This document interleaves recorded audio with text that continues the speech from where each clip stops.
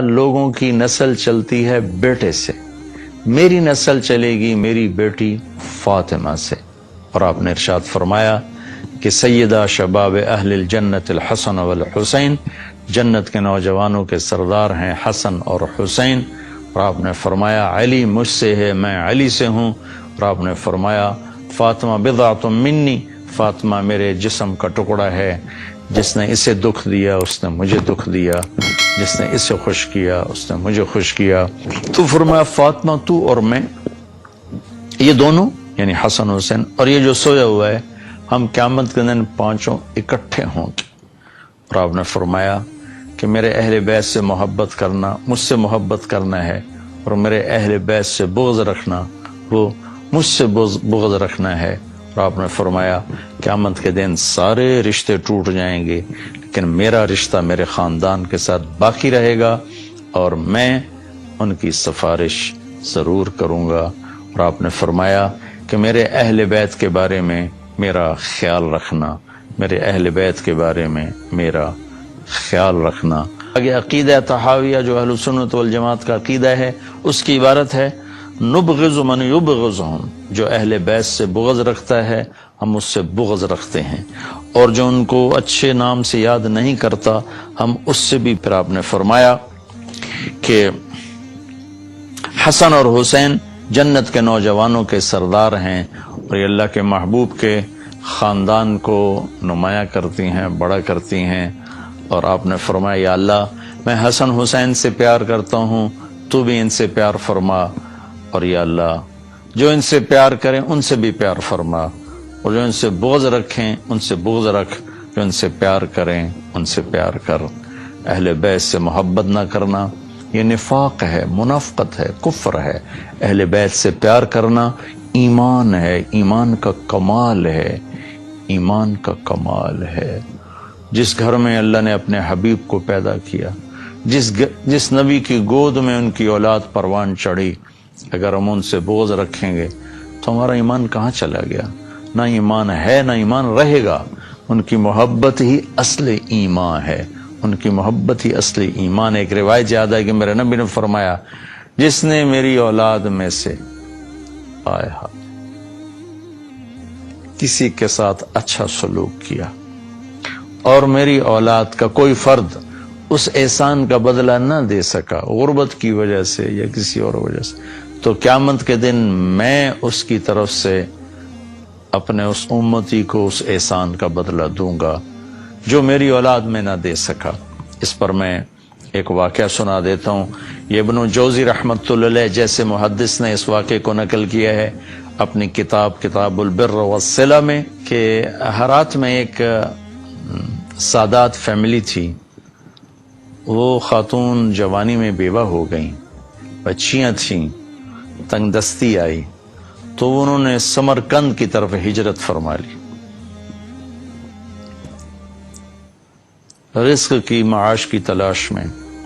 وہاں پہنچیں تو پوچھا کوئی یہاں سردار، کوئی سخی، چونکہ نووارد تھیں تو لوگوں نے بتایا کہ ایک تو یہاں مسلمان بڑا سردار ہے اور پورے علاقے کا رئیس ہے، اور ایک یہاں آگ کا پجاری آتش پرست ہے، وہ بھی بڑا رئیس، بڑا سخی مالدار ہے۔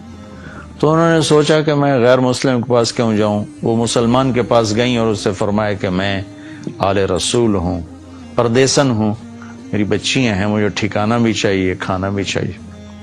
وہ سردار کہنے لگے تیرے پاس کوئی، عام طور پر جو اہل البیت ہیں ان کے پاس لکھا ہوا نسب نامہ ہوتا ہے، میں نے کئی گھرانوں میں ماشاءاللہ دیکھا اللہ کے رسول تک ان کے سارے آبا کے نام لکھے ہوئے۔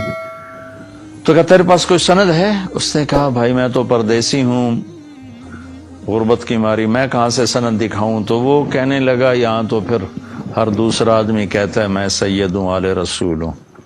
تو اس نے کوئی اچھا جواب نہیں دیا۔ تو وہ وہاں سے آئیں اور اس آتش پرست کے پاس گئیں، وہ جو آگ کا پجاری تھا، اور اپنا تعارف کروایا۔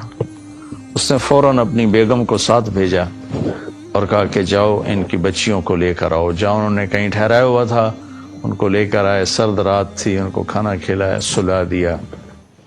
رات کو مسلمان سردار نے خواب دیکھا کہ اللہ تعالیٰ کے محبوب صلی اللہ علیہ وسلم جنت میں ایک خوبصورت سونے کا محل ہے، اس کے دروازے پر کھڑے ہیں۔ یہ عرض کرتا ہے یا رسول اللہ یہ محل کس کا ہے؟ تو آپ نے فرمایا یہ ایک مسلمان کا ہے۔ تو وہ کہنے لگے یا رسول اللہ مسلمان تو میں بھی ہوں۔ تو آپ نے فرمایا اپنے اسلام پر کوئی دلیل پیش کر، کوئی ثبوت پیش کر۔ تو وہ کانپ گئے۔ تو پھر اللہ کے نبی نے بہت غصے سے فرمایا کہ میرے گھر کی بچی تیرے دروازے پر چل کر آئی اور تو نے اس سے ثبوت مانگے کہ مجھے ثبوت دے، تو اہل بیت میں سے ہے، میری نظروں سے دور ہو جا۔ ان کی آنکھ کھولی تو ان کی چیخ و پکار، وہ ننگے سر ننگے پاؤں باہر نکل کے شور مچایا کہ وہ جو پردیسن خاتون تھی کہاں گئی؟ کہا جی وہ تو وہ لے گیا، وہ آتش پرست آگ کا پجاری لے گیا۔ وہ بھاگے اور جا کے اس کے دوڑ دروازہ توڑا۔ وہ گھبرا کے باہر نکلا تو دیکھا تو وہ رئیس۔ کہا کیا ہوا؟ کہا بھائی وہ جو تیرے پاس خاتون آئی ہیں بچیوں سمیت مجھے دے دو، وہ میرے مہمان ہیں۔ تو اس نے کہا حضور وہ میرے مہمان ہیں، آپ کے نہیں، میں آپ کو نہیں دے سکتا۔ وہ کہنے لگا مجھ سے 300 دینار لے لو۔ 300 دینار کوئی آج کا 60-70 لاکھ روپیہ بنتا ہے۔ کہ مجھ سے 300 دینار لے لو اور وہ خاتون بچیوں سمیت میرے مہمان بنا دو۔ تو وہ رونے لگا، کہا کہ میرے بھائی بن دیکھے کا سودا کیا تھا، اب تو دیکھ چکا ہوں، اب میں تمہیں کیسے واپس کروں؟ کہ میں نے بھی خواب دیکھا جنت کے دروازے پر اللہ کے نبی کھڑے ہوئے تھے، تجھے ڈانٹ پڑ رہی تھی، تجھے کہا جا رہا تھا دور ہو جا۔ اس کے بعد اللہ کے نبی میری طرف متوجہ ہوئے اور فرمایا تو نے میری بیٹی کو ٹھکانہ دیا، چل تو تیرا سارا گھر سب بخشے گئے، سب کے لیے جنت کا اللہ نے فیصلہ کر دیا۔ کہ میری آنکھ کھلی ہے، میں ایمان لا چکا ہوں، میرا سارا گھر کلمہ پڑھ چکا ہے، ہم سب مسلمان ہو چکے ہیں، ہم وہ دولت آپ کو کبھی واپس نہیں کریں گے۔ یہ اہل البیت ہیں، اور یہ کوئی 300-400 سال کے بعد کی نسل ہے، تو حسن حسین کا کیا مقام ہوگا، زین العابدین کا کیا مقام ہوگا، زینب کا کیا مقام ہوگا، فاطمہ کا کیا مقام ہوگا، علی کا کیا مقام ہوگا، عباس کا، جعفر کا، عقیل کا۔ آل و رسول ہیں، حضرت عباس کی اولاد، حضرت علی کی اولاد، حضرت عقیل کی اولاد اور حضرت جعفر کی اولاد۔ ان 4 حضرات کی اولاد کو آل رسول کہا جاتا ہے، اور پھر اس میں سب سے عالی شان ہیں جن کا سلسلہ حضرت حسن حسین یعنی حضرت فاطمہ سے چلا۔ حضرت علی رضی اللہ تعالیٰ عنہ کے حضرت فاطمہ کے بعد آپ نے 7 شادیاں اور کی، ان سے بھی آپ کی اولاد ہے، وہ بھی اہل البیت ہیں چونکہ حضرت علی کی اولاد ہیں، ان پہ بھی صدقہ حرام ہے۔ لیکن جو مقام حسن حسین کو حاصل ہے جناب فاطمہ رضی اللہ تعالیٰ عنہ اور جناب رسول اللہ صلی اللہ تعالی وسلم کی نسبت وہ اور کسی کو حاصل ہے۔ صلی اللہ علی محمد صلی اللہ